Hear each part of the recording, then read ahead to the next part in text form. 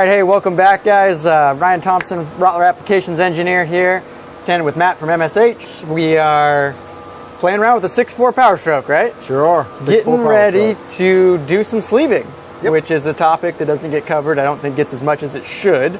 And you've got some good experience, and we're just telling me some very interesting things about different sleeves and what you look for, and specifically what we look for at this block. Sure. So I'll tell you what, before we get started, let's hit that start probing button so we can let this thing run, because get this guy going so we can get ahead for the work schedule of the day, right? There we go. That's the answer. That's what's awesome about the F69. Just like watching it, huh? It gets to do the work. Now we'll be distracted and we'll forget about the viewers, but that'll be all right. So, talk to me a little bit about the applications, specifically on some of these diesels here, and non-boosted, boosted, things like wall thickness. I mean, you were telling me a bunch. Yeah. Rattled me off. Well, one of the biggest things we were talking about, I like to touch base on, is with the Powerstrokes, or any diesel as far as that goes, they're bad about cavitating. So in the cylinder wall or between the cylinder walls where you can't really see, these things will start to cavitate. And as they start to cavitate, it gets thinner and thinner between the cylinders. So we take a sonic tester and we like to go in and check each cylinder, and I'll normally check it at A and B, C and D, all through the block, and I'm just trying to find the thinnest areas where there may be cavitation, because if we're going to bore this block, we don't want to be boring the block and getting through a pinhole, because we have seen blocks literally with pinholes. How thin have you seen wall thicknesses get down? Well, we've seen them go all the way through to where when you bore it, it'll go through into water. So that's kind of scary. And you thinking you're fixing it with a 10-20 over, and you don't realize that you're making things worse. Yeah, it's pretty severely worse. So you see that with your sonic tester. And then I was showing you earlier, which I like to touch base on, is a lot of guys like to put traditional style sleeves in and leave a register at the bottom of the block. Been doing that way for years. So I've always done 5.9s. You leave that quarter-inch lip and come back on some of these, or all these 6.0 and 6.4 platforms, the bottom of the cylinder is really, really thin. In some areas, it's even paper thin. So if you're putting in a sleeve that obviously we need to overbore to get the sleeve and the press fit correct, you can actually get it thin enough that when you go to press your sleeve in, it will break and bust the bottom of the block. So I like to use the either LA sleeve, Powerbore, anybody, even Melling, they make a really good sleeve with a flange style top that allows you to counterbore up here, and when you press the sleeve in, it's being held up here. Yeah, not in the bottom. You've got deck thickness in there, and that's correct. Really makes a lot more sense. That's right. And we're looking for certain. For me, I like to look at a minimum of a 200 thousandths cylinder wall thickness. That's just me. Under boosted, as we were talking about with boost, nitrous, because these things love nitrous. They love it. And when you're building high cylinder pressures, you need that rigidity there to be able to help whenever you're racing this thing, towing this thing, whatever you're doing. You need that foundation that you can lose through cavitation.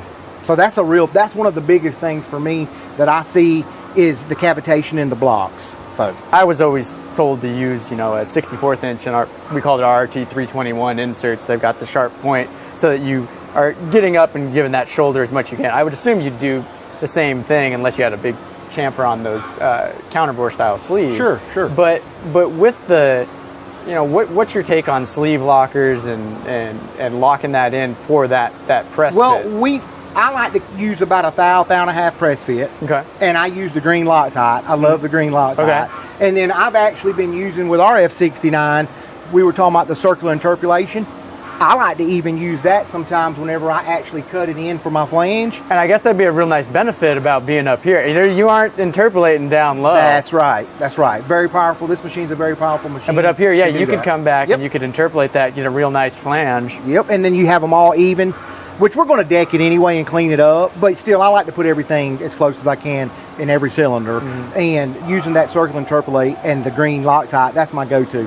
So that's one of my little things. And when you do sleeves, I've done backyard jobs and stuff, and probably shouldn't do this, but I'm probably not alone in this. I've done the one fluid's bad, you just put one sleeve in, and stock application or whatever. Sure. What's your take on?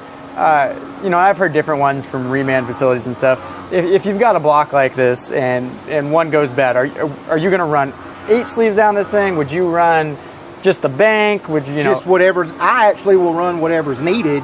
as long as everything else is healthy. Good, yeah. Yes. What you run into though is distortion. Distortion. That's so you the have trick to be with the sleeving. you do have to be careful. We're big on obviously using our torque plates whenever we're doing the honing, and then whenever you press this in, it is going to distort over here. So before you start machining and trying to fix this here, let's get the sleeve and that area corrected. Yeah. Then we can correct from there. Yeah. So yeah, we can sleeve just one. I have sleeved all 8. Made me feel better. I have sleeved one bank, and got a boat motor with just one sleeve in it. But that's how to your point. I'm like, you know that one's you're gonna push into that one. Yeah. Right. You're gonna push into the neighbor. So yeah, you are. And so doing that and cleaning that, removing that, and then also when you're removing all that material for a sleeve, you are introducing a lot of spring in these blocks. I mean, in any material, you take a lot of material out and metal out, you can relieve stress. So doing that first sleeve and then finishing that first sleeve, getting that thing corrected, getting that fixed out, and then coming back to your rest. Huge. That's the way to do it. That's the way you want to do it. Absolutely. Oh yeah. Oh yeah. But these are really good. Like I said, these are good engines. I love. This is my favorite platform. 6.4. Yeah, the 6.4 is my favorite platform, and I love them. You know, and with this machine and the kind now, of repairs. Are these CGI blocks yet at this point? They're pretty CGI. much all. Yeah. Yeah. It is.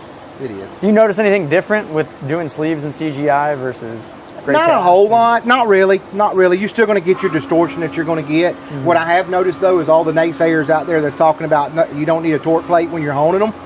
That's not true. That's not true at all. Yeah. Because, I mean, I'd love to shoot a video one day where we can show just how much that changes when you actually test it before and then you test it after. I've seen as much as 1 thou to 1.5 thou of actual movement of that cylinder after you remove the torque plate. So it's pretty cool.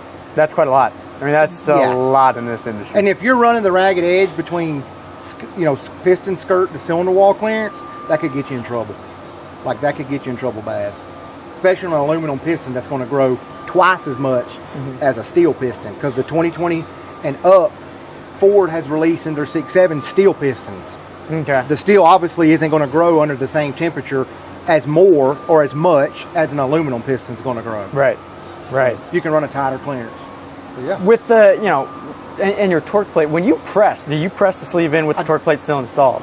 No, I actually will press the sleeve in. I have to get the torque plate out of the way, and then I'll put it under our press, and I'll press it in. So one of the things, and Ed Keebler and I have had this discussion too. With, we talk about roundness and straightness, and you do a good job. And for Rottler, for finishing, I don't know what you take for a finish pass. For me, it's always anything under 40 thousandths. If I'm putting a sleeve in, I'll rough. I take 100 thou, 120 at a time, get the material out, and I'll always finish. I like to honestly finish around between 20 and 40. Too light, cutter rubs. Too heavy, then you're affecting roundness and things are moving around. The staple Rottler number has always been at 40 thousandths on diameter, 20 aside. You're going to be under 1 thou in roundness and under 1 thou on straightness, and we've been doing that since the 80s. So we always try to make a machine of that. When I test anything, that's kind of always just been the benchmark number. It's that or better, right? With sleeving, do you see any challenges? Do you ever have any of those challenges with roundness, or how much are you checking? What are you looking for? Because, when we finish a block, we'll leave 5 in it, go hone it, and the hone's going to get, if I get 1 thou here, I'm going to go over to that, and I'll have 2/10, right? Sure. If I control it there. But with a sleeve, typically you're not honing back there before you press that thing in. You're boring it out. Well, you're probably going to really hate what I've got to say, but I have actually changed the way that I do that. Okay. And I'll tell you why. I will take it over, and once I bore the block over for the sleeve, I will actually leave it before the press fit. I will leave myself 2 to 3 thousandths, and then take the block out, put it over in my hone.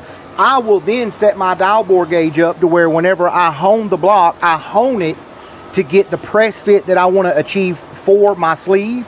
Then after that's done, I bring it all back. And a lot of guys says, well, that seems like a lot of work, and it is. It is a lot of work. But here's why I do that. One, when you finish the rough bore in the block, you leave a lot of peaks. Obviously, we're not plateauing here. We're finishing up with a lot of peaks. Yeah, we have bore marks. I mean, you are running a helix down that Correct. thing. You're spinning a tool and advancing down. So got a helix. So what I'm after, for me, if I can get rid of that through my machine by honing it down, getting rid of all the peaks and getting everything knocked down, when I put the sleeve in, I get a better surface touch finish between the sleeve and the block, which creates a better heat transfer, especially in the diesels as hot as they run. I need the heat and the cooling system to do its job to remove the heat from the block. So by doing that, and it's all that sleeve, all the heat has to go through that sleeve into whatever material you've got right there. That is correct. And that's absolutely. And I don't hate that at all. I love that, because you're like, that's got to be the best way. And probably, again, I think I'm really becoming a fan of these counterbore sleeves, because that's going to be a lot easier to hone. If you got a little lip down there at the bottom, you're going to not be too nice to your stones. So. Yeah, and we've actually had situations, I tell everybody, you know, you get a lot of experience from failure. I hate to say that, but it's true. When guys tell you that they've had a problem, don't do that, it's because they've had that problem and it's burned them. I've been there. I've actually done this before, where I tried to put the register in the bottom, it cracked, and I didn't know it cracked. Yeah. And I can tell you firsthand, when a sleeve walks out of a block and goes into a crankshaft, it's not a good day. So for us, we were like, what do we need to do to prevent this from happening, to almost pretty much rule that completely 100% out? Flanges up top. I'm opting for the flange up top now on anything I do, if I can get away with it and I have the material to put it in. Yeah. You know, sometimes you don't, but you know, to each their own, right? But again, that's one of the biggest reasons. And some guys are going to go, no, I've been doing it since the 80s. No, it works. It works. But I'm doing everything I can to bring a better product, you know, use my Rottler equipment, bring a better product to my customer, and I have a little peace of mind knowing that I'm not dealing with issues with, you know, scoring, and if the cylinder's getting hot and that piston grows a little too much because the heat transfer isn't correct, you know, that's going to come back on me, and I'm just trying to eliminate that. Well, I like, you know, and you hit on it earlier, you know, you're putting 1.5 thou of press. That ain't much. Now, on something with that much surface area, that's a lot of contact area, especially if you have a plateaued finish and you have that opportunity. Correct. You know, I'm plowing through the block with a bunch of RVK with the sleeve. When that's removed, I don't have to do that. You're going to get a much better, it's there, and you're going to have, like I said, the contact's better. You're able to control that. And like you said, you know, why, when you have a failure like that, you know, why risk it again? Sure. With the price of these blocks, with the time, the energy, the effort that goes into these. This stuff isn't cheap. It isn't cheap, and it's very expensive work. Pretty complex, and they are a little tricky with some things. Oh yeah. A lot of pressure in those cylinders. So. Yeah. Absolutely. Well, let's see. Anything else? I mean, we've talked on a lot. You know, my biggest thing, and I'd like to end this with, you know, always just a quick little tip on sleeves. My biggest is always, you know, beyond the fixturing and holding these things with the Rottler, these 4th axes, these. Well, I've got a little tip. Simple. I've got a little tip. Don't be afraid of liquid nitrogen or dry ice. They're your best friend. You know what? I'm a fan of that as well, and a lot of people go, I'm afraid, but doesn't that make nothing better than taking a sleeve and just go right in. Put the welding glove in. Yes. You put something 300 degrees below zero, and it seems to go in pretty nice and pretty easy. You know, I see guys pounding them in with sledgehammers and. I've done it with the aluminum and the dead blows, but you know, I found that, you know, and I do them personally, or when we do them for testing, you go to the welding supply store, and for $60 for the Duar for the day to do 8 sleeves or whatever, and you can, you know, get a delivery. But that would be my tip. That'd be my tip of the day. Don't be afraid of it. I mean, there's nothing. It's not doing any harm to this thing, and not at all. The stuff's not as dangerous as you think. No, and it's your friend. It's your friend when it comes time to put sleeves in. Well, hey, Matt, I really appreciate it. Learned a bunch about sleeving. Hope you guys did too. Check this guy out, and check us out. MSH Machine WORKS. You got it. And we're back with another round table. Matt and Ryan out of the shop and into the studio, of course. Lake is back. We've got Dave Bullock from Wilkins Racing Engines. Got a great history with you. And Scott Rowe from Rottler. Spent a lot of time with me at the NHRA this year. We did a bit. We did. Little of some of those Total Seal Trackside Tech Talks. And had a lot of fun, educated a lot of racers about machining and ring seal, but now we guys are putting you to the test here in another round table. So we just saw them out in the shop, and going to take that conversation a little bit further. Absolutely. So a little bit of follow-up. So with that engine, obviously, what were the main things you guys were trying to fix there? I think we was correct in the sleeves inside in the block, talking about installing sleeves and the importance of like a flange style sleeve instead of the traditional style. The material in that particular block is so thin that when you bore it to sleeve it, lots of times pressing it, or traditionally guys will pound them in like with a hammer or something, it'll bust the bottom of the block out. So we go with the top side flange. To me, it's just a better, you know, it's a better fix and design, and does a lot better than taking a chance on breaking the bottom of a block. Yeah, I want to do that. He knows that. I know. I know all that too well. And we was also touching base on. Well, we do it a little different too. I mean, sleeving applications run all over the place and different applications. And the main was, and I was learning from you. And it was using that top flange, and you go, mentally we were talking, and I'm like, wow, that's a great idea. Because normally you'll leave, a 1/4-inch ledge down there, and it's, 80 or 100 thousandths thick, and that's it. And you, like I said, you pound them in. And we had a nice conversation about thinking about from the perspective of the sleeve. And if I'm the sleeve and I'm going in there, and how much contact area, it's something that Lake and Scott, with you guys, because you're always working in that hone world, and that's all we care about. It's surface finish, and we're thinking about heat transfer, and we're thinking about what that surface really looks like, and how it's interacting with these different pieces. And the conversation of what type of sleeve you use, how much contact you're having, and how do you install it. Like I said, pounding it down when you have a block that has a weak spot or is going to, crack on you. Can you do a top flange? Do you use liquid nitrogen? Yep. What's your install? Are you dry ice? Are you heating the block? There's all these different things. So putting some, real world experience, and then having a discussion about the science behind that. And something that we took at my shop personally, we took a notebook out of Chuck Lynch's deal, because I got it from Chuck. Obviously, I'm a young machinist, and I love what I do. We don't do the traditional pounding it in no more. We take it out of our Rottler F69, we go into our CNC hone, we hone it to press, then we press it in that way, because as me and Chuck was talking, when you rough bore something, you leave so much rough area like on your RPK that your surface finish is just like the Rocky Mountain. When we bring that back down through honing and we press, we now have more surface area, so our heat transfer is going to be better. Even though guys will argue and say, well, I've been doing it that way for 50 years. I get that. But with ring technology, the type of material, with CGI blocks, it goes on and on. I want to know that I can bring the best quality and the best job that I can to my customer by doing it. Even if it takes a little longer in the shop, my price is going to reflect that as well, because I got customers that's willing to pay me more because I'm giving them more, if that makes sense. To me, that goes back to what we talked about earlier in the show. There's a difference between what works and what's better.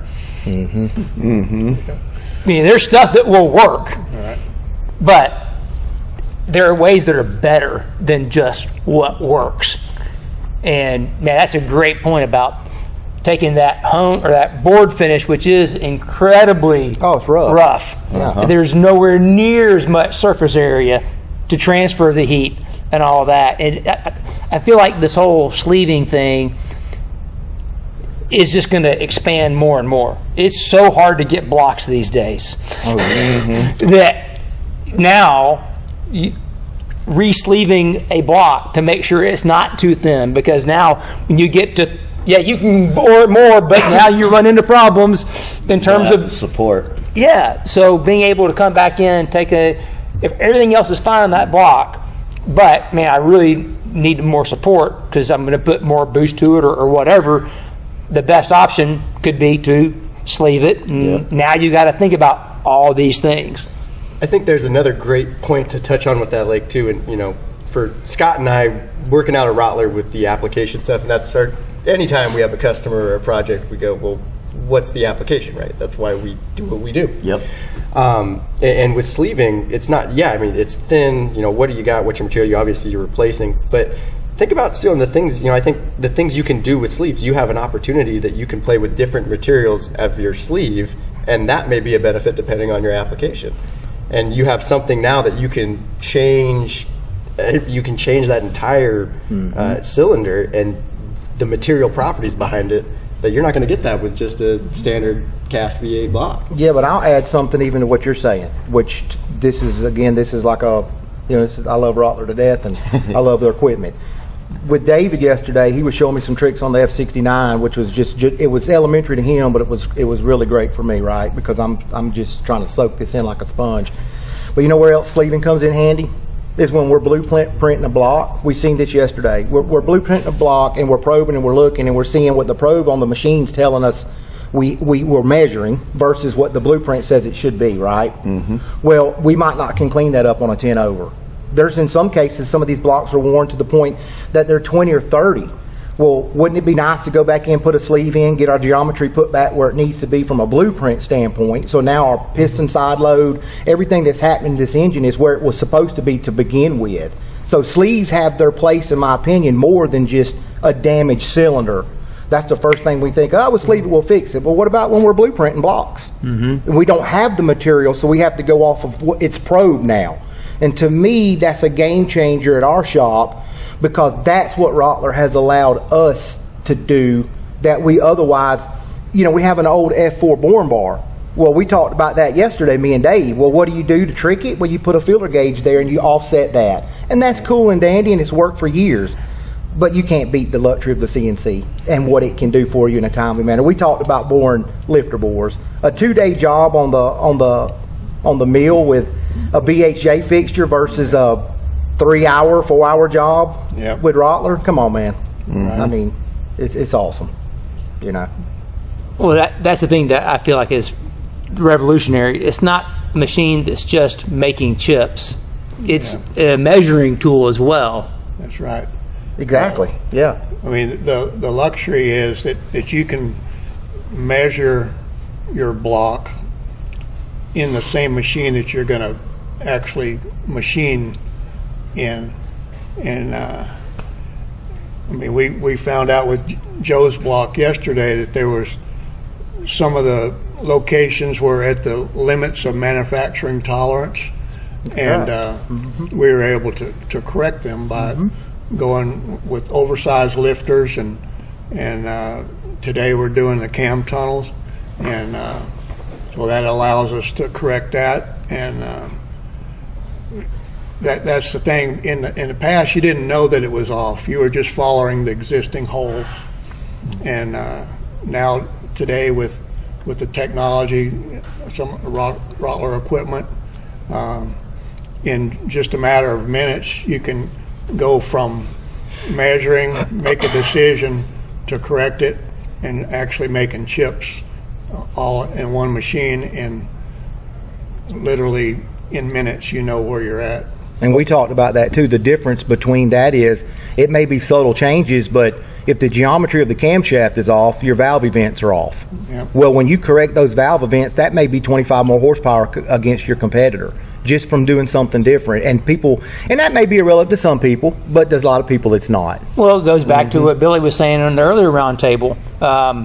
You know, Norris Marshall, a perfect example, that when they were building engines that were just reman, they were taking existing blocks. They had a X number of failures, flat tappet camshafts they had to deal with. And they would do all these things to try to fix it. Once they started machining their own blocks from poured, zero. Eliminate it. Because now that variable, I know over all the years of NASCAR racing, how many times people just shrug their shoulders, oh, it's a ghost of the machine, that's a bad block, that's a bad whatever. And I guarantee you, it wasn't right. It wasn't bad. It was something in the measurement of it. That's right. That's exactly right. Yep. Because, I mean, like in the past, I mean, every engine shop tried to make each engine the same. They used the same parts and the same preparation, but one was always better than the other, or one was not as good as all the rest. And like you said, they'd go, well, just bad block or bad heads or something like that. And it probably boiled down to something was out of place. Some of the locations were out, and nobody picked up on it. That's right. So that's the great ability. Today we have the ability to measure things that we could never measure before. And one of those things we can measure really easy now is blow-by using a blow-by meter. What a day, what a day, what a day. My brain is swollen. I've learned so much today. They told us, don't start cars. We are not going to listen.